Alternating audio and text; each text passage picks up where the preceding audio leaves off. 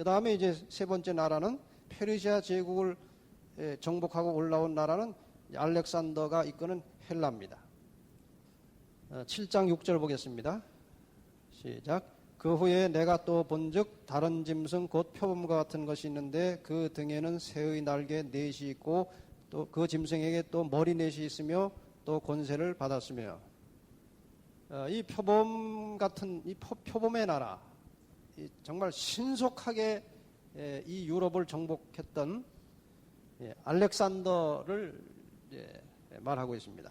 알렉산더가 페르시아를 정복하고 그의 나라를 세우는데 그 이제 헬라 혹은 뭐 현대 말로 하면 그리스입니다. 근데 알렉산더가 아주 22살 때에 그 정복 사업을 시작해가지고 30도 되기 전에 뭐 거의 다 정복을 해버렸으니까 이 전쟁의 천재입니다. 알렉산더는. 우리 알렉산더는 아주 그 귀족 집안이고 공부를 많이 하고 대단히 뛰어난 사람이었습니다. 그런데 이 알렉산더가 워낙 출중한 사람이라 뭐 섬기는 사람들이 많았을 것이고 뭐 생활을 뭐 방탕하게 하고 하다가 31살인가 죽었어요. 근데 죽기 전에 그 부하 신하들이 가서 대왕이시여, 대왕께서 돌아가신 후에 후계자를 누가 해야 되겠습니까? 하고 이제 상의했더니 힘센 자가 차지해라. 꼭 자기 같은 소리 하고 죽었어요. 힘센 자가 차지하라. 난 모르겠다. 그래서 이제 그 알렉산더 사후에 이제 나라가 막 사분오열되고 약화되기 시작했어요. 그 역사에 대해서 한 역사적 기록을 보겠습니다. 88페이지 그리스 역사라고 하는 책 318, 319에 보면 기원전 301년에 있었던 입수수 전쟁은 알렉산더 제국이 로마의 세력에 들어가기까지 그 제국의 역사를 결정지은 것으로 고대에 있어서 가장 중요한 전쟁들 가운데 하나였다. 승리자들은 더 이상 일개의 장군으로서가 아니라 왕들로서 제국을 자기들끼리 나눠 가졌다. 다시 말해서 알렉산더가 죽은 이후에 여러 장군들이 나라를 차지하기 위해서 싸우기 시작했어요. 그러다가 이제 한 장군이 거의 나라를 차지하려고 하는 찰나에 네 장군이 힘을 모아가지고 그 하나를 쳐부수고 나라를 네 쪽으로 나눠 가졌습니다. 89페이지 보시면 프톨레미, 이 프톨레미 앞에 P자를 이제 묵음으로 해서 발음 안 할 경우 그냥 털레미라고도 합니다. 프톨레미, 카산더, 리시마코스, 셀류쿠스, 이 알렉산더의 부하 장군들에 의해서 그 알렉산더가 통치하던 나라가 네 조각으로 나눠졌습니다. 그 지도에 보시면 그 프톨레미와 셀류쿠스, 리시마코스, 카산더가 각각 어떤 지역을 차지했는지 지역이 나오죠. 이렇게 해서 나눠졌습니다. 그래서 이 세 번째 올라온 표범에 머리가 몇 개 있었습니까? 4개 있었고 날개가 4개 있었다는 것은 세력이 4쪽으로 나눠진다는 것인데 정확하게 이렇게 역사적으로 성취가 되었습니다. 그 다음에 네 번째 짐승이 올라왔습니다. 7장 7절 시작. 내가 밤 이상 가운데 그 다음에 본 넷째 짐승은 무섭고 놀라우며 또 극히 강하며 또 큰 천리가 있어서 먹고 부서뜨리고 그 나머지를 발로 밟았으며 이 짐승은 전에 모든 짐승과 다르고 또 10뿔이 있으므로 아까 이제 공부 다 하신 것입니다. 이것은 헬라 제국을 멸망시키고 올라온 로마 제국을 말합니다. 알렉산더 죽은 지 약 144년 지난 후에 주전 168년 6월 22일 피드나 전투에서 헬라 제국은 망했고 드디어 로마 제국의 역사가 시작이 됩니다. 90페이지로 넘어갑니다. 이 철같이 강한 로마 제국이 일시에 망하지 않고 그 넷째 짐승의 뿔이 몇 개였습니까? 10개가 달렸듯이 이 네 번째 짐승은 게르만 민족의 이동과 함께 분열을 거듭하다가 주후 476년 게르만 용병대장 오토 아켈에 의해서 완전히 끝장이 났습니다. 이 10뿔에 대한 설명은 다니엘 2장에도 나오기 때문에 이 정도 하고 지나가겠습니다. 근데 다니엘서 2장에서는 그 10뿔, 열국, 강한 나라, 약한 나라가 섞여 살다가 돌나라가 오므로 이제 끝난 것으로 대략적인 역사만 나왔는데 다니엘 7장은 지금 다른 한 부분이 대단히 세밀하게 조명이 되고 있습니다. 그러므로 다니엘 7장의 핵심은 바로 이겁니다. 넷째 짐승과 작은 뿔에 대한 언급이 이제 그 이후에 계속됩니다. 19절. 이에 내가 넷째 짐승의 진상을 알고자 하였으니 곧 그것은 모든 짐승과 달라서 심히 무섭고 그 이는 철이요 그 발톱은 노시며 먹고 부서뜨리고 나머지는 발로 밟았으며 또 그것의 머리에는 10뿔이 있고 그 외에 또 다른 뿔이 나오매 그 다른 뿔이 바로 뭔가요? 작은 뿔이죠. 세 뿔이 그 앞에 빠졌으며 그 뿔에는 눈도 있고 큰 말하는 입도 있고 그 모양이 동류보다 강하여 보인 것이라. 내가 본 적 이 뿔이 성도들로 더불어 싸우고 이기었더니 여기가 대단히 중요합니다. 이 뿔이 누구와 싸워요? 성도와 싸운다. 성도를 공격한다. 아까 사탄의 세 가지 공격 초점이 뭐라고 했습니까? 이스라엘, 예수, 교회 성도들입니다. 그러니까 이 작은 뿔은 지금 누구의 대리 역할을 하는 것입니까? 사탄의 대리자로서 역할을 하는 것입니다. 그래서 성도와 싸우는 거예요. 싸워서 대단히 큰 희생이 있었다 이거죠. 성도들에게. 그러나 22절 옛적부터 항상 계신 자가 와서 지극히 높으신 자의 성도를 위하여 신원하셨고 때가 이름에 성도가 나라를 얻었더라.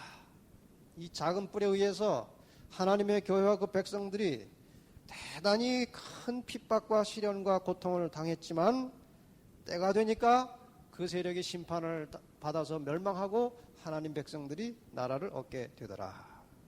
자, 이 넷째 짐승의 기질이 대단히 중요합니다. 아주 무서웠고 철로 된 이로 먹고 부서뜨리고 놋발톱을 가진 발로 짓밟았습니다. 다시 말하면 피정복자들을 아주 잔인하게 다루었던 로마 제국의 기질을 설명하고 있습니다. 그런데 이 넷째 짐승에서 나온 작은 뿔도 넷째 짐승의 기질을 그냥 담고 나오는 거예요. 그렇지 않습니까? 그 짐승에서 나온 뿔이니까 똑같은 기질을 갖는 겁니다.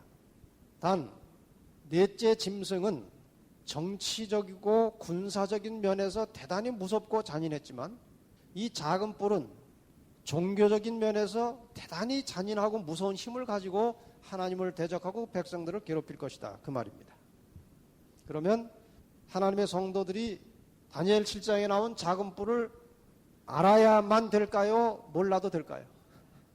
그 손자병법에 지피지기면 백전백승이라 싸울 때 상대를 알고 나를 알아야 싸울 때마다 이길 수 있다 이거 아닙니까? 그래서 그리스도인들은 다니엘 7장에 나오는 작은 뿔의 정체를 확실히 알아야 하는 겁니다. 그래야 선하게 싸움에서 대처할 지혜와 능력을 얻게 되는 겁니다.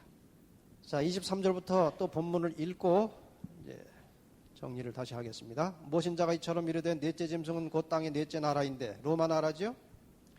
이는 모든 나라보다 달라서 천하를 삼키고 밟아 부서뜨릴 것이며 그 10뿔은 이 나라에서 일어날 10왕이요 그 후에 또 하나가 일어나리니 그 또 하나가 뭡니까? 작은 뿔이에요. 그러니까 지금 7장에서는 자꾸 뭐에 대한 언급이 나옵니까? 넷째 짐승과 거기에서 나온 작은 뿔에 대한 언급이 계속 나옵니다. 또 하나가 일어나리니 그는 먼저 있던 자들과 다르고 또 새 왕을 복종시킬 것이며 그러니까 아까 새 뿔을 뽑았다는 것은 무슨 뜻입니까? 새 왕을 복종시킬 것이며 그가 장차 말로 지극히 높으신 자를 대적하며 지극히 높으신 자가 누굽니까? 하나님이에요. 작은 뿔이 하나님을 대적할 것이다. 또 지극히 높으신 자의 성도를 괴롭게 할 것이며 그가 또 때와 법을 변개코자 할 것이며 이 때와 법은 누구와 관계된 때와 법일까요? 하나님과 관계된 때와 법을 변개하겠다는 겁니다. 변개코자 할 것이며 성도는 그의 손에 작은 뿔의 손에 붙인 바 되어 한 때와 두 때와 반 때를 지내리라. 그러나 심판이 시작된 즉 그는 권세를 빼앗기고 끝까지 멸망할 것이요 나라와 권세와 온 천하 열국의 위세가 지극히 높으신 자의 성민에게 붙임 바 되리니 그의 나라는 영원한 나라이라. 모든 권세 있는 자가 다 그를 섬겨 복종하리라 하여 그 말이 이에 그친지라. 나 다니엘은 중심이 번민하였으며 내 낯빛이 변하였으나 내가 이 일을 마음에 감추느니라 하고 다니엘 7장이 끝났습니다. 자, 그러면 이 넷째 짐승에서 올라온 작은 뿔에 대해서 종합적으로 한번 정리를 해보십시다. 92페이지로 넘어가셔서 지금 작은 뿔에 대한 이야기가 여러 번 나왔죠? 여러 가지가 나왔죠? 그걸 이제 정리해보면 대개 8가지입니다. 첫째, 넷째 짐승으로부터 나왔습니다. 그렇죠? 두 번째, 10뿔로 나누어진 후에 10뿔 사이에서 나왔습니다. 그렇죠? 그 다음에 세 번째 24절에 보면 먼저 있던 자들과 그러니까 다른 먼저 나왔던 왕들하고는 성격이나 기질이 다르더라 이거예요. 먼저 나왔던 자들과 다르다. 네 번째, 그 모양이 동료보다 강하다. 먼저 나왔던 왕들보다 훨씬 강하더라 이거예요. 20절에. 그 다음에 다섯 번째, 세 뿔을 뿌리채 뽑았다. 그것은 해석이 이미 나왔죠. 세 왕을 굴복시켰다. 8절과 24절에. 여섯 번째, 말로 지극히 높으신 자를 대적한다. 일곱 번째, 성도들을 괴롭게 하는데 얼마 동안? 한 때와 두 때와 반 때 동안 성도를 괴롭게 한다. 그리고 마지막 여덟 번째, 때와 법을 변개고자 한다. 자, 도대체 이 일을 하게 될, 다니엘에서 볼 때는 하게 될, 우리가 볼 때는 이 일을 저지른 한 작은 뿔이 과연 누구냐? 이미 우리가 네 번째 짐승은 어느 나라라는 것을 확인했습니까? 로마라는 것을 확인했고, 그 다음에 10뿔은 로마에서 분열된 열국들을 이제 가리키는 것이라고 우리가 이미 다 배웠습니다. 그 10뿔 사이에서 뭐가 올라왔습니까? 작은 뿔. 그러니까 작은 뿔은 반드시 로마가 분열된 이후에 나오는 세력입니다. 그렇죠? 자, 그러면 이제 그림을 한번, 이게 칼라로 된 것을 이렇게 복사를 해가지고 시커멓게 나왔지만 글씨는 다 보입니까? 네. 보세요. 아까 그 그림 비슷합니다. 예수 그리스도의 십자가를 중심으로 왼쪽으로는 육적 이스라엘이 있고 오른쪽으로는 영적 이스라엘 교회가 있어요. 바벨론 시대, 물론 그 이전에 애굽 아시리아도 있지만 지금 예언상으로 볼 때 육적 이스라엘에 대하여 바벨론과 페르시아와 그리스와 로마와 열국에 이어지는 이 세속의 나라들로부터 하나님의 백성들과 또 예수 그리스도가 공격을 받았습니다. 짐승하고 일치하고 있죠? 사자, 곰, 표범, 괴물, 10뿔. 10뿔 다음에 뭐가 올라왔어요? 작은 뿔이 올라왔죠.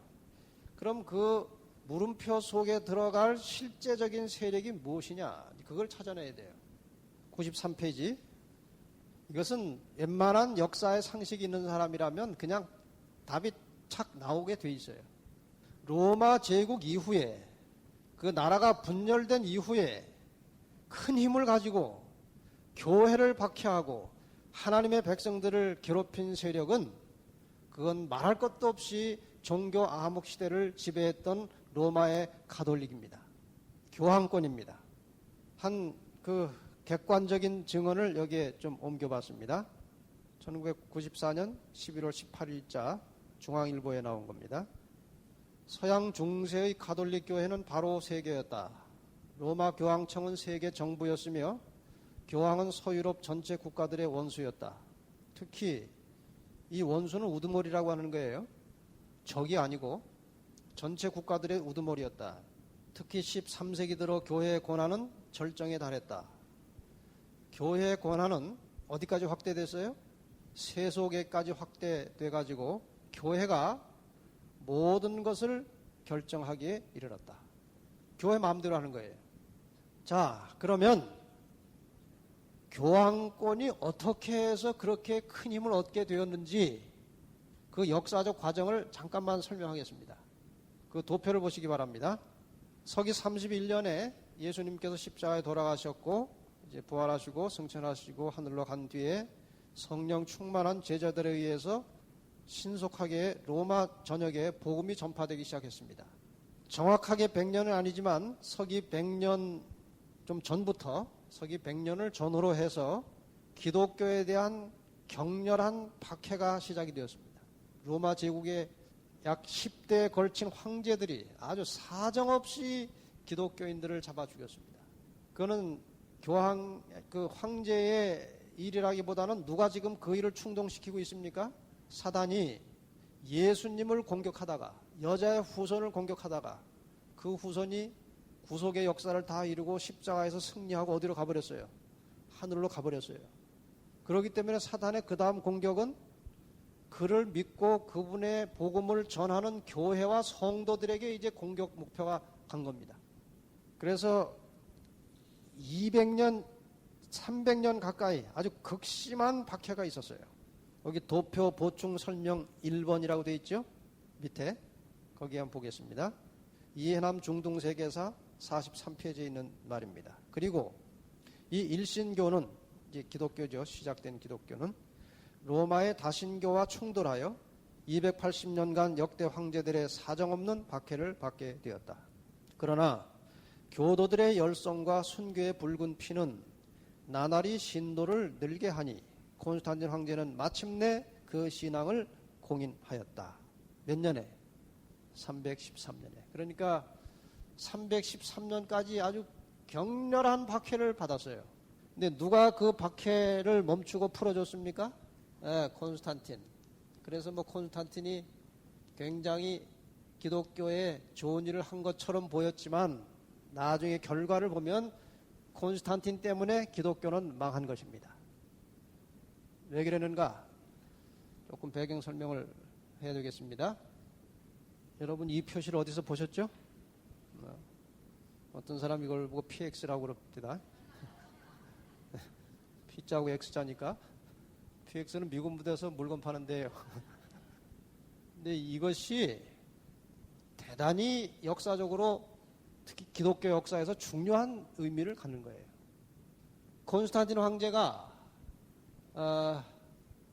맥센시우스라고 하는 다른 황제와 전투를 하고 있었어요. 한때 로마가 네 조각으로 나눠져 있었습니다.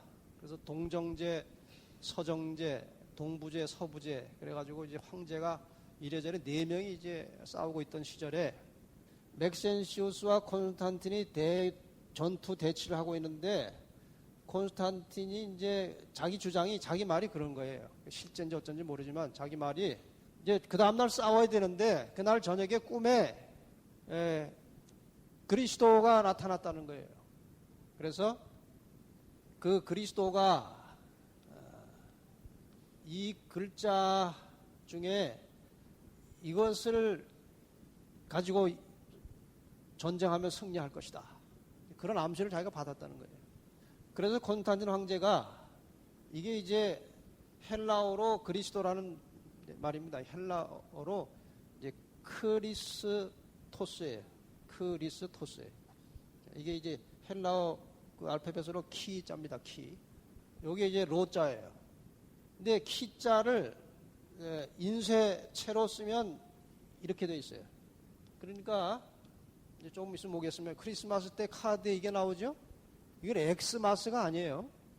이거는 크리스토스의 그리스도의 첫 글자예요. 그러니까 이걸 보고 엑스마스 온다 그러면 굉장히 무식한 거예요. 네, 이거는 크리스마스라고 읽어야 돼요. 여기 크리스토스의 첫 글자예요.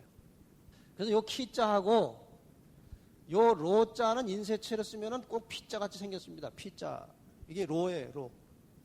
이게 키자하고 로자하고 겹쳐놓은 거예요. 그러니까 이것은 그리스도의 첫 두 글자를 겹쳐놓은 것입니다. 그러니까 그리스도라는 말이에요. 이것을 군인들의 그 방패하고 철모에 다 써붙였어요. 그리고 전쟁을 했는데 크게 이겨버린 거예요. 그러니까 누구 때문에 이겼다는 겁니까? 그리스도 때문에 이겼다 이거예요. 그래가지고 그 전쟁이 끝나고 자기가 힘을 장악하게 되었을 때 예수 덕분에 자기가 이겼으므로 예수 믿는 사람들에게 박해하지 않고 이제 자유를 준다. 그래서 313년에 밀란 칙령이 바로 그런 배경 가지고 나온 겁니다. 그래서 이제 교회가 자유롭게 되었을 때에 이상하게 교회가 세속화되는 거예요.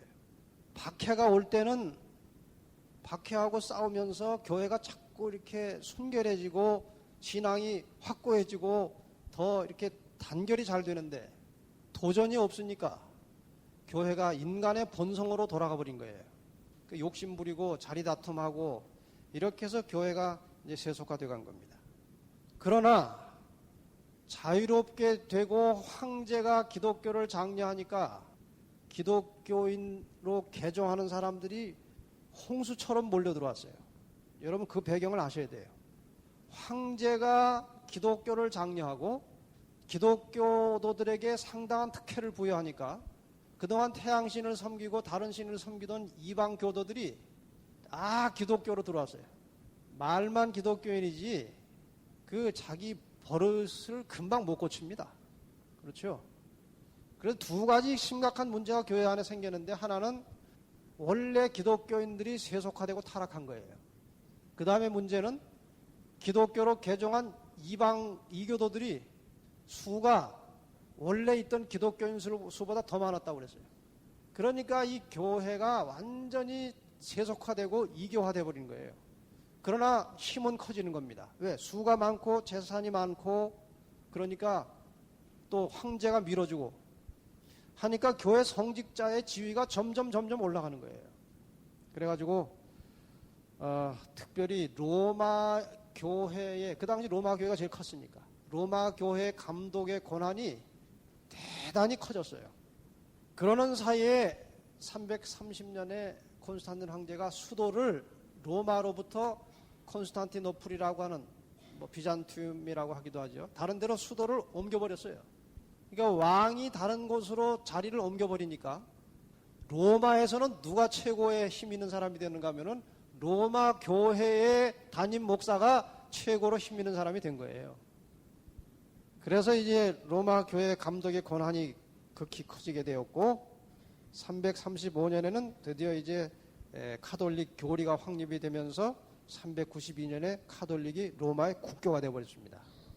그래서 이제 점점 이 로마 교회와 감독의 권한이 커가고 이런데 로마는 지금 상대적으로 망해갑니다.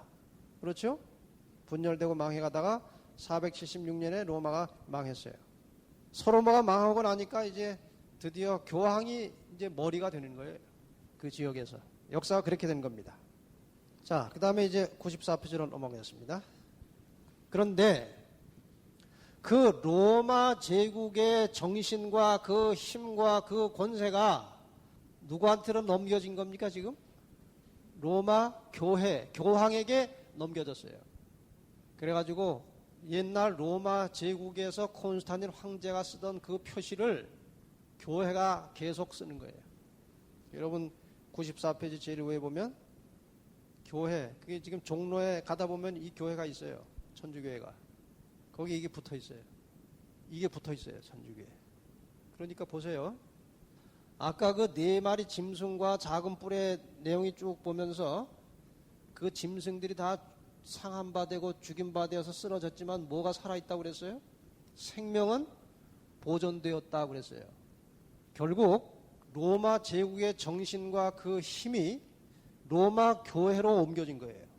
그래서 표시도 로마 제국에서 쓰던 표시를 그대로 이어받아가지고 지금 모든 천주교회는 이 표시를 쓰고 있어요. 이 콘스탄틴에게서 나온 표시입니다. 결국 지금까지 쭉 배경을 보면 틀림없이 역사적으로 시기적으로 작은 뿔은 로마 교회입니다. 그럼 이제 마지막으로 간단하게 확인을 해 보십시다. 그 작은 뿔이 아까 몇 가지 특징을 가지고 있었어요. 8가지가 있었죠. 그럼 그 작은 뿔이 로마 교회라면, 교황권이라면 그 8가지 특징이 다 로마 교회를 통해서 성취가 돼야 하는 겁니다. 안 되면은 큰일 나요. 안 되면 그렇게 함부로 로마 교회를 작은 뿔이라고 하면 안 되는 거예요. 확인을 해보겠습니다. 94페이지. 첫째, 어디에서 나왔다고 했습니까? 이 작은 뿔이 로마 제국에서 나왔다고 그랬죠? 이건 뭐 더 이상 설명할 필요도 없이 맞죠? 그 풍토에서 나왔고, 심지어는 행정 조직까지도 로마 제국에서 쓰던 조직하고 똑같은 조직을 가지고 있습니다. 그 도표를 보시면 제일 하부 조직에 백성들이 있고, 로마 교회는 평신도가 있고, 지방총독, 여기는 주교 감독이 있고, 도총독, 대주교가 있고, 제국총독, 추기경입니다. 추기경은 굉장히 높은 자리예요. 제국 총독들이 모여서 원로원을 구성합니다. 추기경들이 모여서 추기경회를 구성합니다. 원로원에서 총독 중에 한 사람을 황제로 뽑아요. 추기경회에서 추기경 중에 한 사람을 교황으로 뽑아요. 그리고 옛날에 황제를 다른 별칭으로 폰티펙스 막시무스라고 불렀는데 이것은 최고의 신관장이라는 칭호예요. 그 폰티펙스 막시, 이 막스는 맥시멈하고 통하는 단어예요. 이게 최고라는 뜻이에요. 종교의 최고의 신관장, 주관자, 뭐 그런 종교적 최고 우두머리를 폰티펙스 막시무스라고 이렇게 불렀어요. 신관장. 그러니까 정치와 종교를 겸해서 다스리는 최고의 우두머리. 그런데 그 똑같은 명칭을 교황이 쓰고 있어요. 여러분이 혹시 바티칸에 가시면 옛날에 죽은 교황들의 무덤에 이 비석들이 다 있는데 그 비석에 거의 다 PM이라고 써 있어요. PM. 이게 무슨 오후라는 뜻이 아니에요. 이것이 폰티펙스 막시무스예요. 그 이름이에요. 그 다음에 작은 뿔이 어디서 일어났습니까? 열뿔, 열나라 사이에서 일어났죠. 이 작은 뿔이 어디서 일어나는가 하면은 열국으로 분열된 후에 그 헤룰리, 지금의 이탈리아입니다. 거기에서 작은 뿔이 올라왔습니다. 로마 교회가. 그 다음에 95페이지 넘어갑니다. 이미 제가 상당히 많이 설명을 드렸기 때문에 간략하게 해도 괜찮겠죠? 세 번째는 이 작은 뿔은 먼저 있던 자들과 다르다고 그랬어요. 어떻게 다릅니까? 먼저 있던 나라들은 정치적 나라의 군주들이었습니다. 그러나 지금 이 작은 뿔은 종교적 군주 국가라는 점에서 달라요. 더욱 다른 것은 먼저의 황제들은 사람의 몸만 다스렸지만 이 작은 뿔은 사람의 마음과 몸을 같이 동시에 다스릴 수 있는 그런 권한을 가져서 그 이유를 가지고 많은 사람들을 이제 죽인 것입니다. 네 번째, 그 모양이 동료보다 강하더라. 이 교황의 권한은 이전에 있었던 어떤 황제의 권한보다 컸습니다. 여기 몇 가지, 한 두 가지 사례를 보면 교황 그레고리 1세라고 하는 사람은 뭐라고 얘기를 했는가 하면은 교황은 최고의 재판장으로 왕과 황제들을 마음대로 폐위시킬 수 있다. 그러니까 왕을 못하게 할 수도 있고 세울 수도 있으니 힘이 있는 거예요, 없는 거예요? 그거 뭐 굉장한 힘을 가진 것입니다. 세계사 책에 나오는 이 교황의 권력을, 권세를 실감나게 해주는 하나의 실증이 있는데 교황 그레고리 7세의 세력에 반발하던 신성 로마 제국 황제 헨리 4세를 교황이 어떻게 했어요? 파문시켰어요. 그랬더니 황제를 못하는 거예요. 당황한 헨리 4세는 몸소 이탈리아의 카노사에서 교황의 용서를 빌었다. 이 황제가 교황한테 가서 밖에서 3일 동안 기다리다가 추운데 간신히 만나가지고 용서받은 후에 황제의 일을 할 수 있었다는 거예요. 그만큼 그 모양이 동료보다 강하더라. 그 다음에 세 뿔을 어떻게 했다고 그랬어요? 세 뿔을 뿌리째 뽑았다. 이것은 세 왕을 복족시킨 것이라고 이미 일부 해석이 나왔죠. 이 세 나라의 왕이 왜 이 교황과 관련되어서 뽑혔느냐, 이 배경을 좀 아셔야 돼요. 이 당시 이 교회가 교리적으로 크게 두 파로 나눠 있었습니다. 하나는 아리우스파가 있고 하나는 아다나시우스파가 있었어요. 따라 해보세요. 아다나시우스, 아리우스. 교황이 지지하고 있던 파는 아다나시우스였고 아리우스파 쪽으로 기울어진 종족들이 계속해서 교황의 세력에 반발하고 있었습니다. 그 세 종족들이 헤룰리, 반달, 돈코트, 이렇게 세 종족들이었습니다. 그래서 헤룰리는 이 교황은 뭐 교회이기 때문에 군사적 힘이 없어서 동로마의 힘을 빌려가지고 이 세 나라를 차례차례 정복해버립니다. 헤룰리를 493년에, 반달을 534년에, 돈코트를 538년에 정복합니다. 96페이지에 넘어갑니다. 이 538년을 왜 적용하는가? 실제로 교황이 세계의 우두머리라고 하는 선언은 동로마 황제 유스티니아누스가 533년에 했어요. 근데 533년부터 그런 선언이 있었지만 제대로 행세를 못하다가 이 세 뿔을 뽑아버린 다음에야 행세를 할 수 있었어요. 그것이 언젠가 마지막 돈코트를 격퇴한 것이 바로 그것입니다. 이 연대가 중요하기 때문에 96페이지 제일 위에 줄을 읽습니다. 벨리사리우스 장군은 반달족을 완전히 점령하고 돌아오는 길에 역시 아리안파 교도들인, 아까 그 아리우스파라고 제가 말씀드렸죠? 네, 아리우스파, 아리안파 교도들인 로마시를 장악하고 있는 돈코트를 쳤다. 536년 12월 9일에 마침내 로마시를 점령하고 돈코트족을 축출하였다. 그러나 그 후로도 침입을 계속하던 돈코트족이 538년 중순에 퇴각하여 완전히 물러간 겁니다. 538년에 로마 교회 감독이 전 세계 교회의 머리라고는 유스티니아누스 황제의 칙령은 반대 없이 실시될 수 있었다. 이런 역사적 기록이 있습니다. 그래서 538년을 교황이 정상적인 힘을 시작한 해로 보는 겁니다. 몇 년이요? 538년. 시험에 나옵니다. 잘 외워두세요. 그 다음에 여섯 번째, 눈과 입이 있어 큰 말을 했다 그랬어요. 이것은 큰 말이라고 하는 말이 이제 이쪽 그 신약에 와서는 뭐라고 표현되는가 하면 참남대다 그렇게 나와요. 블라스페미아가 뭐 그런 단어인데 이거는 모독하는 거예요.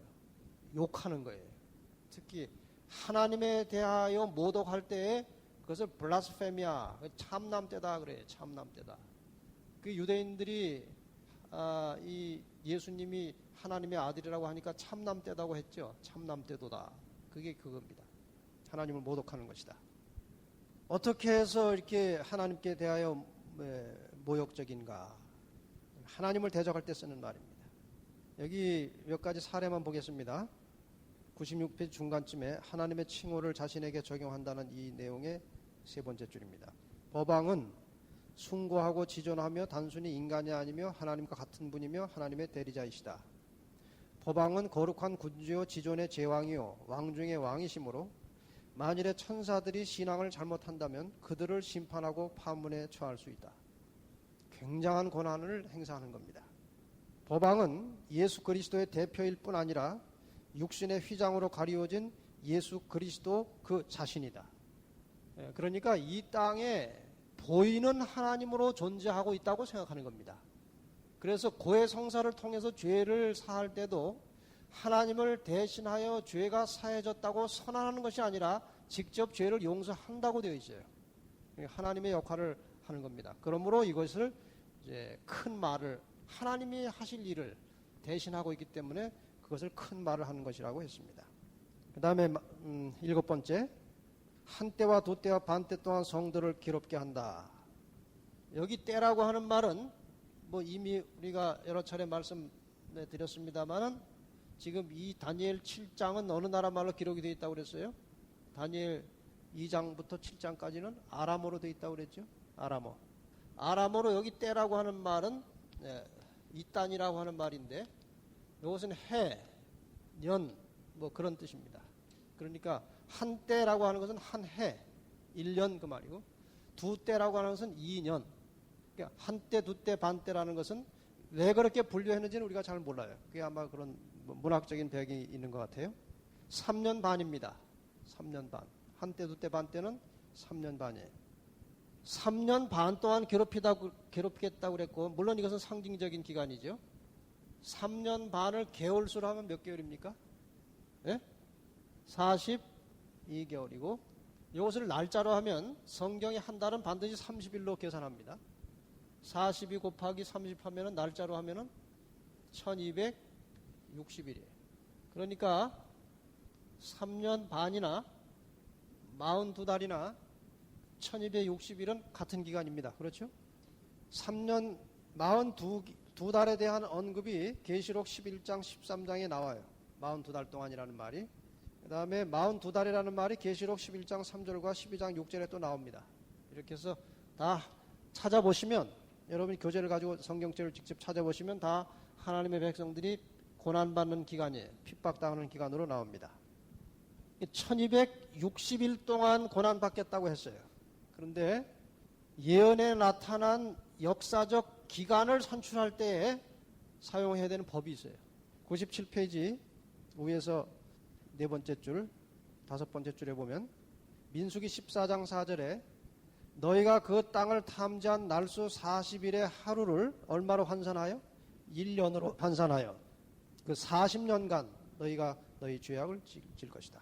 그리고 에스겔 4장 6절에는 내가 내게 40일로 정하였나니 1일이 1년이니라. 1260일은 실제 역사 기간에서 1260년입니다. 1260년 동안 이 하나님의 백성들이 고난과 핍박을 받을 것이라고 예언한 것이에요. 그 사이에 아까 그 로마 교회가 고난을 시작한 때가, 정상적으로 고난을 시작한 때가 언제라고 그랬습니까? 유스티니아누스 대제가 교황이 최고의 권위를 갖는다고 선언한 것은 533년이에요. 근데 계속 주변의 나라 그 아리안파 때문에 제대로 활동을 못하다가 언제 마지막 돈코트를 격퇴했습니까? 538년이에요. 이때부터 이 교황의 권세가 이 세상에 무수하게 많은 하나님 백성들을 잡아 죽였고 핍박을 했습니다. 여기 그 사례를 몇 가지 기록했는데 뭐 일일이 읽어드릴 시간이 없네요. 97페이지 중간 이하부터 98페이지 상단에 있는 아주 단편적인 예들입니다. 무수하게 많은 사람들을, 무고한 사람들을 죽였어요. 교회 말을 듣지 않는다는 이유로. 특히 성 바돌롬의 학살 사건은 세계사에서 아주 유명한 사건입니다. 개신교도들을 일시에 학살하기 시작해서 2개월간에 걸쳐서 7만 명의 개신교도들을 죽인 일. 이 일에 대해서 천주교에서는 성직자들이 축하 행진을 했고, 그 학살 기념 메달을 만들었고, 기념 벽화를 그렸고, 그 일을 용기 있게 시행한 프랑스 왕에게 교황이 훈장도 보내고, 그런 참 회개망측한 일들이 있었습니다. 그 밑에 그림은 그 당시 사진은 없었지만 그림을 그릴 줄 아는 사람들이 당시에 로마 천주교회가 이 무고한 사람들을 핍박하고 살해하는, 고문하는 장면을 그려놓은 겁니다. 자, 근데 이 얘기를 자꾸 길게 하면은 천주교 다니시는 분들이 굉장히 싫어해요. 천주교인 중에, 교황 중에, 모르겠어요. 교황 중에도 있는지, 아주 훌륭한 신앙인들이 많아요. 얼마든지 그분들 좋은 분들 많이 있어요. 그러나 이 천주교회라고 하는 구조 자체가 지향하는 방향은 하나님을 거스리고 말씀을 벗어난 겁니다. 그래서 지금 문제예요. 이렇게 이제 교황이 박해하다가 1517년에 이제 말틴 루터 종교개혁 이후에 좀 약화되다가 드디어 1798년에 한 사건이 있었는데, 프랑스 사람이 그 로마에서 살해당했어요. 그러니까 프랑스의 이 나폴레옹 당시인데 화가 나가지고 보복하는 마음으로 그 부하 볼티어 장군을 보내가지고 교황을 잡아왔어요. 이미 교황의 힘이 꺾이고 있었던 때예요. 교황을 잡아다가 그 교황이 비오 6세입니다. 잡아다가 이제 감옥에 집어넣는데 그 다음에 죽었어요. 그것을 계기로 로마 교회 역사가 이제 쇠퇴해서 이제 역사에 감춰졌어요, 한동안. 그게 언젠가 하면 1798년입니다. 그러면 538년부터 1798년까지를 계산해 보면 몇 년이 나올까요? 이게 정확하게 1260년이에요. 그래서 한때 두때 반때 동안 그 백성들이 고난받을 것이라는 예언이 이러한 모양으로 정확하게 성취가 되었습니다. 그 다음에 마지막이면서도 가장 중요한 한 부분을 빨리 다루고 끝내십시다. 그 다음에 마지막으로 뭘 어떻게 하겠다고 그랬어요? 때와 법을 변개코자 하겠다. 여기에 나오는 때는 아까 한때 두때 반때라고 하는 말과 우리나라 단어는 똑같아요. 때라는 말인데 원어는 달라요. 지금 여기 나오는 때와 법을 변개한다고 할 때 때는 제만이라고 돼 있어요. 제만이라고 하는 말은 이제 풀어보면 어떤 진술된 시간, 정해진 시간을 말하는 거예요. 이 시간을 바꾸고 이 시간과 관련된 법을 바꾸겠다, 그겁니다. 그 문제는 쉽게 풀면 간단합니다. 하나님의 시간이 법에 명시된 것이 있어요. 다시 말하면 하나님의 법에 명시된 타임, 때가 있어요. 그게 뭡니까? 십계명이라고 하는 하나님의 법 속에 안식일이라고 하는 타임이 들어있어요. 시간이 들어있어요. 이 작은 뿔이 이것을 바꾸겠다는 것입니다. 99페이지 중간 아랫부분에 에스겔 20절입니다. 같이 읽겠습니다. 시작. 또 나의 안식일을 거룩하게 할지어다. 이것이 나와 너희 사이의 표징이 되어 내가 여호와 너희 하나님인 줄 알리라. 이것이 안식일을 거룩하게 지키는 것이 나와 너희 사이의 표징이 되어서 너희로 내가 여호와 너희 하나님인 줄 알게 하리라. 이게 표징이에요. 하나님과 그 백성 사이의 표징이라고 말씀하셨습니다. 그러니까 사단은 이것을 지워버려야 합니다. 그래서 작은 뿔의 세력을 통해서 이것을 일단 지웠습니다. 여기 99페이지 제일 아랫부분에 있는 신부 서한집 1893년에 나온 아주 오래된 문서입니다. 내용을 잠깐 보겠습니다. 성경은 안식일을 거룩히 지키라고 말한다. 그러나 로마 가톨릭 교회는 말하기를 아니다. 나의 신성한 권위로서 안식일을 폐하고 주일 중 첫째 날인 일요일을 거룩하게 지키라고 명하는 바이다. 마지막으로 말하노니 교회 전통은 성경보다 위에 있다고 선포하는 바이다. 우리는 우리의 교리를 전통에 기초한 것이다. 이것은 지금도 가톨릭이 인정하는 것입니다. 성경과 교회 전통이 서로 상충될 때에는 교회 전통이 우선입니다. 교회가 바꿔놓으면 성경보다 우선적인 법이에요. 그다음 100페이지 제일 위에 보면 최근에 나온 1993년에 나온 신문에 기재된 것입니다. 가톨릭교는 325년 니케아 공회에서 유대교를 신의로부터 일탈로 규정하고 유태인을 이교도로 낙인 찍는 선언을 발표함으로써 반유태주의 문을 열고 안식일도 토요일에서 일요일로 바꿨다. 일요일 예배는 성경에 근거가 없어요. 천주교도들은 그렇게 말합니다. 성경에는 근거가 없다. 이것은 교회법으로 만든 것이다. 그렇게 주장하고 개신교도들은 그게 무슨 소리냐. 근거가 있다 하고 성경절 몇 절을 되는데 전혀 당치도 않는 성경절입니다. 그래서 지금 여기에 관련된 문제가 굉장히 복잡하고 많아요. 그래서 오늘 제가 다 설명을 드리지 못하고 나가실 때 이 책을 하나씩 드리겠습니다.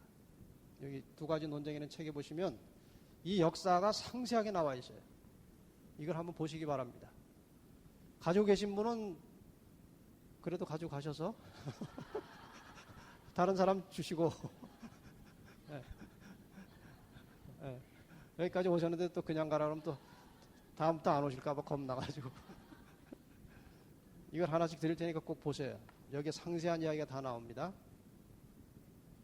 자, 그렇게 해서 이제 안식일을 일요일로 바꿨으니 뭐가 또 이제 바꿔야 됩니까? 뭐를? 10계명을 바꿔야 돼요. 10계명에는 안식일을 지키라고 되어 있었는데 안식일을 일요일로 바꿨으니까 계명도 바꿔야 돼요.